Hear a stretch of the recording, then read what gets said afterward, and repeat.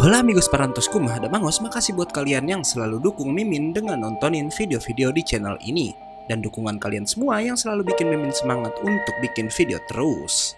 Oke, di video kali ini masih melanjutkan alur Dragon Quest yang ketiga, di mana part ini menceritakan tentang kekalahan Kurokodain dan dimulainya petualangan Dai di kerajaan Papunika. Musuh kuat apalagi kah yang akan menghadang Dai beserta teman-temannya?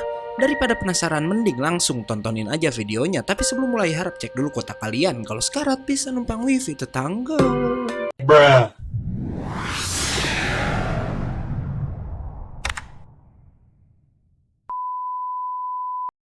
Part ini dibuka dengan Popu yang ketakutan dan memilih gak ikut bertarung dengan Dai dan Mamu. Saking pengecutnya, ia sampai diajak salah satu pahlawan palsu untuk bergabung dengan mereka. Karena sifat Popu sama dengan keempatnya. Namun Popu dengan sombongnya bilang ia yang murid Avan gak mungkin bergabung dengan Keroco seperti orang-orang itu.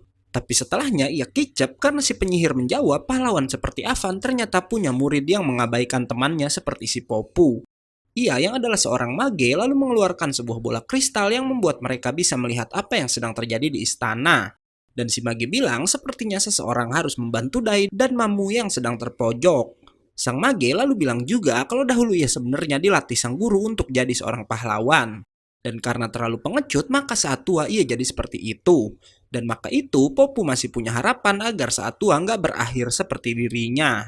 Dan ternyata kata-kata sang mage bisa membangkitkan keberanian Popu hingga ia pun langsung berlari ke arah istana. Beralih ke istana di mana saat itu Zabuera menggunakan anak buahnya untuk memegangi Mamu agar ia nggak mengganggu dan Kurokodain bisa menghabisi Dai. Dan saat si buaya akan menghabisi Dai, sang pahlawan pengecut akhirnya tiba walau terlihat kalau tubuhnya gemetaran. Namun Popu memberanikan diri dengan berkata ia akan menghajar Kurokodain dan menantang sang buaya berduel. Kurokodain terpancing dan langsung menyerang. Hingga kemudian Popu berhasil membakar si buaya walau itu sama sekali nggak membuatnya terluka. Popu lalu terkena sabetan ekor Kurokodain hingga ia terlihat sangat kesakitan. Walau begitu, ia berjanji pada Dai nggak akan meninggalkan temannya lagi. Popu kembali bangkit dan menyerang jarak dekat, namun tongkat sihirnya harus hancur terkena tubuh Kurokodain. Ia pun langsung diinjak-injak oleh si buaya, namun Popu melakukan sesuatu yang aneh, di mana ia menyentil serpihan-serpihan tongkat sihirnya ke arah Brass. Yang ternyata Popu emang sengaja menghancurkan tongkatnya karena ia ingin mengeluarkan sebuah teknik rahasia yang diajarkan oleh Avan, di mana serpihan tongkat tadi lalu menjadi lingkaran sihir yang membentuk lambang pentagram dan bisa membuat Brass kembali tersadar. Kurokodain mencoba menghancurkan pelindungnya, namun itu sama kuat dengan apa yang diciptakan Avan di Pulau Dremlin. Dan di sini terbongkar jika Popu sengaja membuat Brass tersadar agar Dai bisa bertarung dengan bebas. Gak diduga, perbuatan Popu itu membuat Kurokodain terpukul karena bocah itu berani mengorbankan dirinya demi teman, sementara si buaya melakukan cara kotor untuk menang. Tapi lagi-lagi Zabuera mempengaruhi Kurokodain dengan mengancam jika kalah si buaya akan kehilangan posisinya sebagai komandan. Kurokodain yang termakan kata-kata Zabuera mencoba membunuh Popu, sementara Gomechan berusaha membangkitkan Dai. Gomechan sampai menangis dan gak diduga air mata Gome bisa membuat kekuatan naga Dai bangkit, yang dengan cahayanya aja bisa memusnahkan anak buah Zabuera.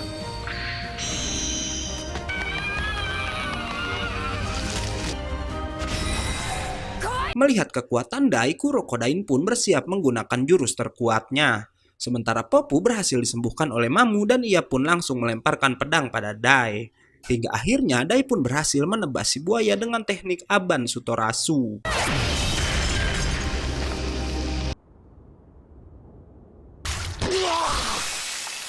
Kurokodain yang udah terluka parah lalu berkata walau kalah ia nggak menyesal dan malah bangga.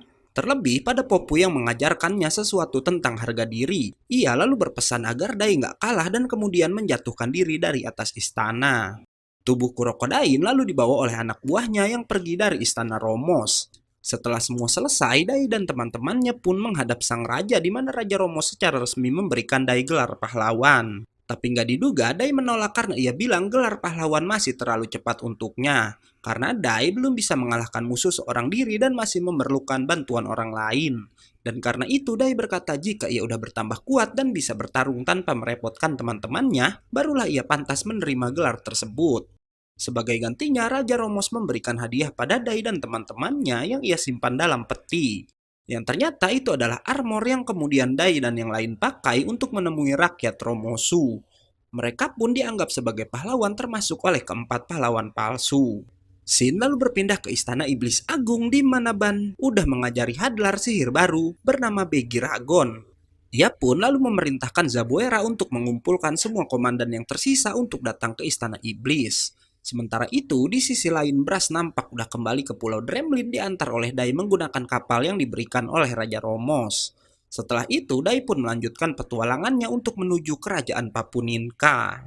Sementara itu, di suatu negeri bersalju, beberapa orang nampak sedang disiksa oleh monster setengah api dan setengah es, yang ternyata adalah salah satu komandan pasukan iblis bernama Flazard. Hingga nggak lama, ia mendapat kabar kalau semua komandan harus segera berkumpul. Flazard lalu tiba di istana dan langsung diajak Zabuera melihat tubuh Kurokodain yang coba disembuhkan setelah kalah dari Dai. Nggak lama datang komandan lain bernama Baran yang katanya baru aja menguasai suatu kerajaan dalam waktu singkat. Rapat pun dimulai di mana di sana tiba-tiba datang komandan lain bernama Mr. Fern, sementara satu komandan lagi yang bernama Yunkel udah diperintah langsung oleh Iblis Agung Ban untuk menghabisi Dai. Shin lalu berpindah ke Dai lagi di mana mereka udah tiba di pelabuhan Papunika yang terlihat sangat suram. Dai yang sangat khawatir pada Leona langsung menuju istana dan mengejutkannya saat itu istana Papunika udah hancur lebur. Nggak lama muncul pasukan tengkorak tapi tiba-tiba mereka dihancurkan oleh seseorang menggunakan teknik Daikizan milik Avan.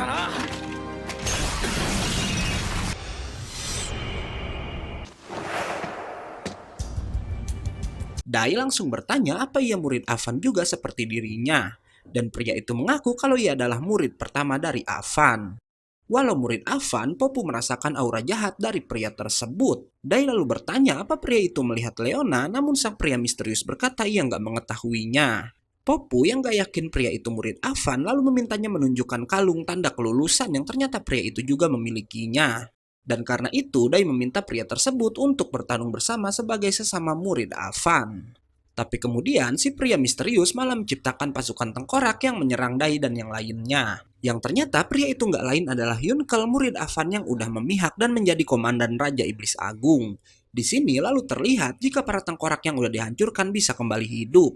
Yunkel lalu berkata sangat disayangkan Avan tewas di tangan Hadlar, karena Yunkel sendiri sebenarnya ingin menghabisi gurunya itu. Mendengar itu, Dai sangat marah dan menebas para tengkorak. Ia pun lalu bertarung dengan Yunkel, namun pria itu bisa menahan semua serangan Dai.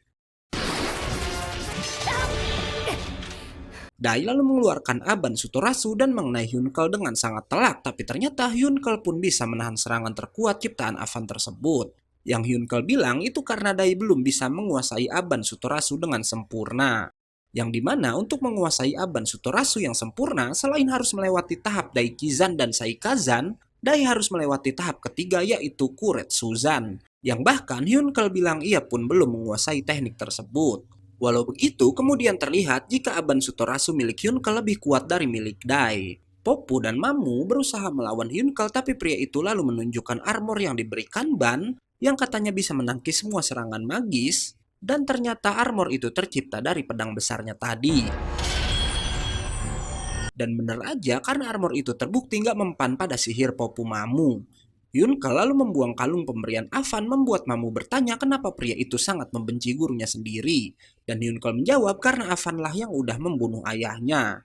Ia lalu bercerita jika waktu bayi dirinya ditemukan oleh prajurit iblis bernama Bartos, yang kemudian merawat Yunkel seperti anaknya sendiri. Hingga suatu hari Avan menyerang markas para iblis dan Bartos sebagai salah satu prajurit pun harus menghadapinya. Setelah perang selesai, Yunkel pun keluar dari tempat persembunyiannya dan alangkah terkejutnya ia saat melihat ayahnya udah tewas di mana mayat hidup nggak seperti monster lain karena mereka otomatis akan tewas bersama tewasnya Raja Iblis saat itu yang nggak lain adalah Hadlar. Hingga kemudian Yunkel ditemukan oleh Avan dan diangkat sebagai muridnya walau kenyataannya anak itu selalu menyimpan dendam pada gurunya sendiri. Yunkel lalu bermaksud membunuh Dai dengan jurus pamungkasnya, beruntung Popu masih sempat menyelamatkan temannya itu.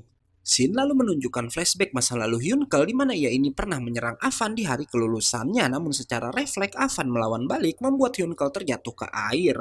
Hingga ia kemudian diselamatkan oleh Mr. Fern. Kembali ke pertarungan di mana Dai menyadari jika Yunkel punya titik lemah yaitu di bagian wajahnya.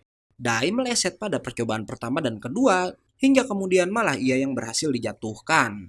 Popu lalu menyadari jika tanpa kekuatan naganya Dai gak akan bisa mengalahkan Hyunkle, dan ia meminta Dai marah agar kekuatannya itu keluar.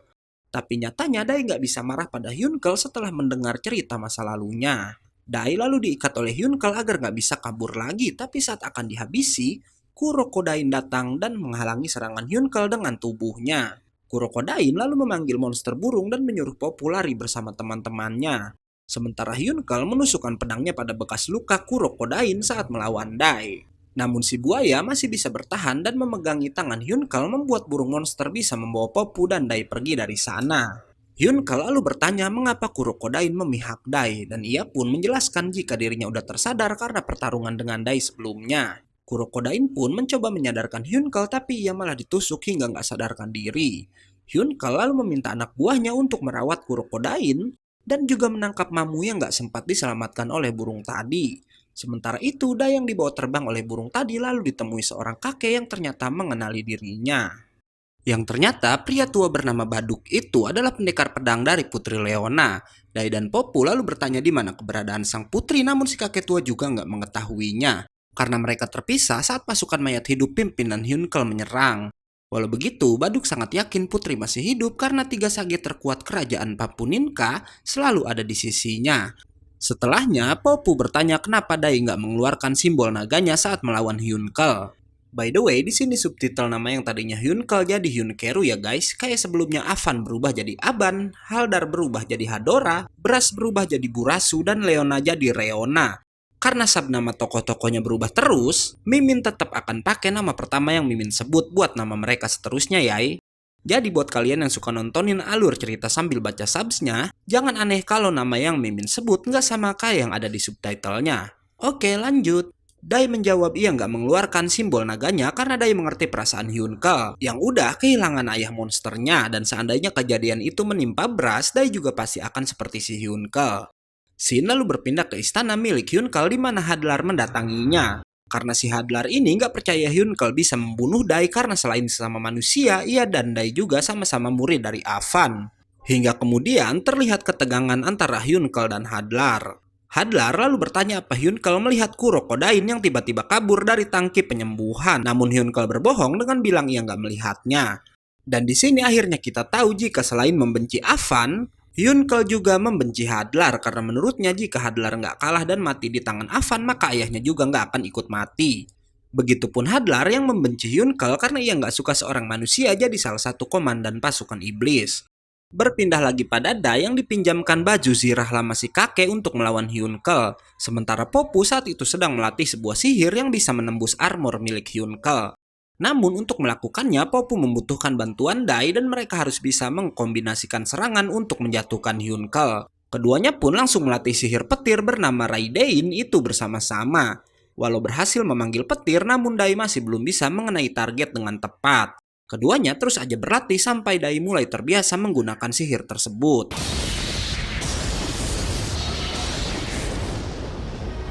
Sementara itu, di markasnya Hyunkle coba dipengaruhi oleh Zabuera. Namun ia berbeda dengan Kurokodain dan malah menyerang komandan tua tersebut, membuat Zabuera marah pada murid Avan itu. Keesokan harinya, setelah berhasil menguasai sihir Raidein, Popu dan Dai tiba di markas Hyunkle ditemani oleh si Baduk. Namun Popu melarang si kakek tua untuk ikut menyerang ke dalam istana itu. Dan akhirnya ia bersama Dai hanya pergi berdua aja. Walau si Popu bilang mereka nggak bisa menggunakan Raidein di bawah tanah, maka dari itu keduanya harus bisa memancing Hyunkle keluar. Para prajurit mayat hidup ternyata udah tahu kedatangan Dai dan juga Popu. Sementara Mamu yang mendengar hal itu sangat ingin keluar hingga nggak lama Gomechan datang dan Mamu pun langsung meminta Gomechan mengambilkan pistol sihirnya. Dan berkat Gome, Mamu akhirnya bisa melarikan diri. Sementara itu, Dai dan Popu lalu dikejar-kejar pasukan Hyunkle hingga mereka tiba di Kolosium di mana Hyunkle udah menunggu keduanya di sana. Beruntungnya, atap Kolosium itu terbuka membuat Dai dan Popu nggak usah susah-susah memancing Hyunkle keluar. Mereka pun langsung bertarung dan Hyunkle menyerang keduanya dengan sangat agresif.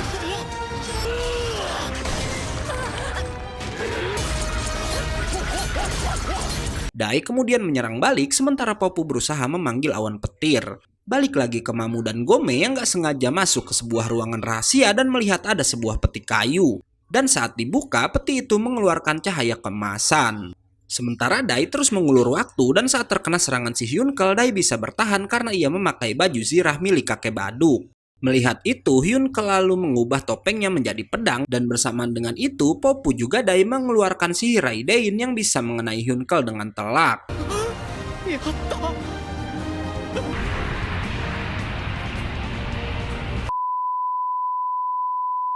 Oke, karena part 3-nya udah selesai, gue gak undur-undur dan gak yakin movie pamit. Jangan lupa datang lagi besok untuk tahu kelanjutan ceritanya. Bui bui.